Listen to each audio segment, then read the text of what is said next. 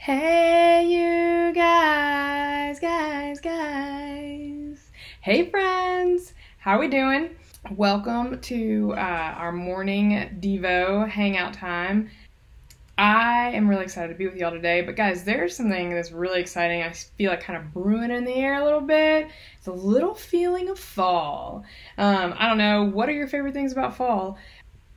My favorite thing is, and you can do it during the summer too, but my favorite thing about fall is great camping weather and bonfire weather. Like it is one of my favorite things in the world. And I feel like I haven't gotten to do it recently. I love camping. I love getting to hang out with my kids. We enjoy going out to the lake and camping on islands.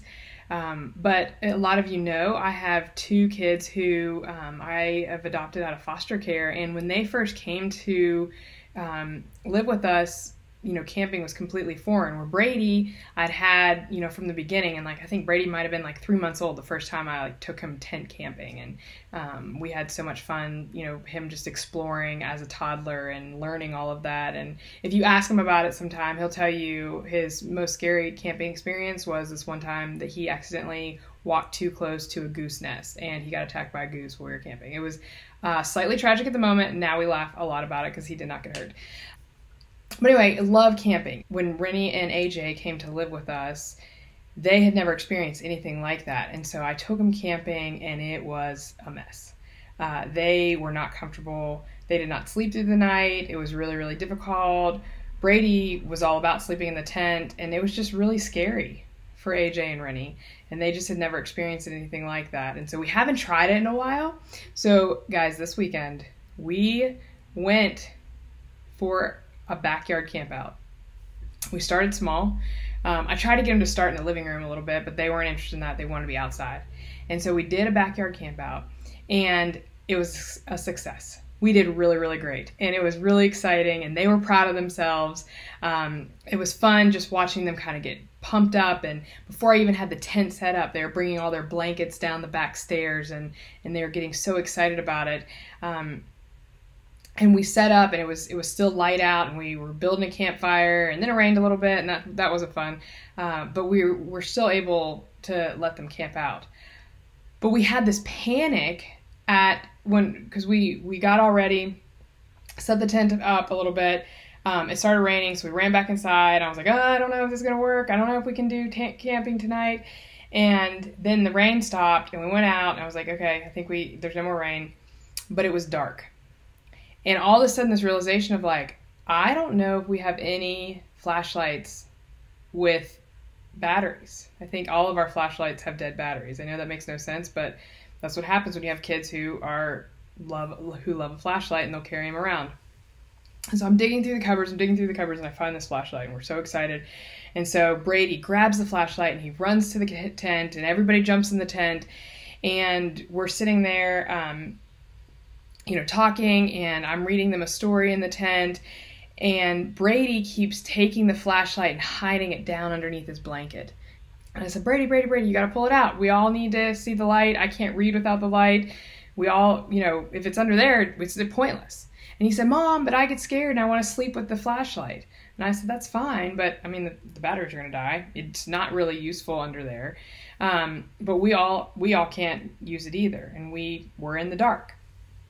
And so, and he ended up sleeping with the flashlight anyway, but he did pull it out, and so we could finish reading, and everyone could get tucked in, and we could,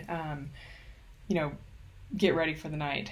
But it made me think about our passage for this week, and it comes from Matthew 5. And so here we have, scripture tells us that Jesus has all these people who are following him, and so he goes up on this mountain, and he kind of gathers his disciples, which the disciple group had grown quite a bit by now, and he begins this sermon. So he's telling all his disciples, listen, you guys are called to be a light. And so he says to them, you are the light of the world. He's not saying you're supposed to be a light. He's saying you are the light. And a town built on a hill cannot be hidden.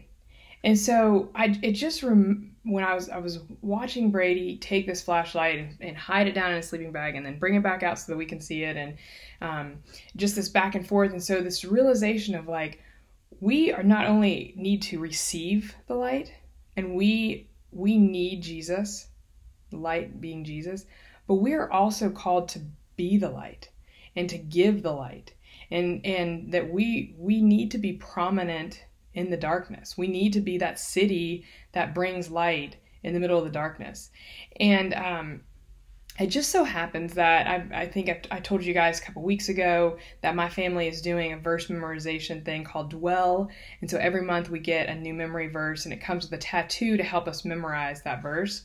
And so this is the tattoo for, can you see that? This is the tattoo for this month. And it's, you are the light of the world. A town built on a hill cannot be hidden. Matthew 5:14. And so my family has this tattoo. But just thinking through, like, so many times we feel like, oh, we can't be the light, or we might try to hide light, which is so silly. Like, why would Brady hide the light when I'm trying to read to him? But I don't know, out of fear or out of just feeling like we don't have it, or whatever it might be that holds us back from being that city on the hill and being a light. Guys, that's what we're called to do. And I keep thinking about this season just feels so dark sometimes. It feels like everything is hard, or it just feels like things are not going the way we want it to go, or there's just a lot of arguing, or a lot of just things being said that aren't true. It's hard to know where truth is. And so how can we be light in that? When there is a conversation that's hard, or a conversation that's not producing, it's not being helpful. That's one of my big things I always say to my kids, like, are you helping this conversation, or are you making it more tense? And so how can we be a light in that? How can we bring joy? How can we steer conversations and steer situations, and instead of adding to it? I know it's hard. I mean, I know when things are frustrating around me, like a lot of times I just, it makes everybody frustrated. If I'm being angry, or I'm, mad at my kids, like, they respond in the same way. And so that's so natural. But how can we step out and be a light right now? How can we turn a situation around instead of just reacting the way, we feel like we should have to react? How can we just be a light? So I want to just encourage you in that and invite you into that. If you want me to send you a tattoo, I'd love to mail you a tattoo or bring it to you, so that you can be part of memorizing Matthew 5:14. And guys, let's work on being a light. Part of the scripture that I love is that first Jesus says that we're called to be salt, and we're called to preserve and to rejuvenate. And then he says we're supposed to be a light. And so I want you to, I introduced last week this Gen Z translation, a Gen Z Bible study, or a devotional. And so I want to share with you a video where our friends take this verse, this memorization verse, and make it real short and to the point. So, friends, stay salty and lit this week. Bye, guys. Hi y'all, it's me, Carl. So for thousands of years, languages have changed, which means translations of the Bible have changed as well. There's tons of different translations for the Bible, ranging from the Old English of King James to the fictitious futuristic language of the Klingons from Star Trek. But one translation of the Bible which I have yet to come across is the Generation Z translation. So join me again on how to translate some scripture into Generation Z language. It's my cousin Brock. Thanks for being here, Brock. Yeah, or should I say, it's real chill for you to help me out, fam. What? Never mind.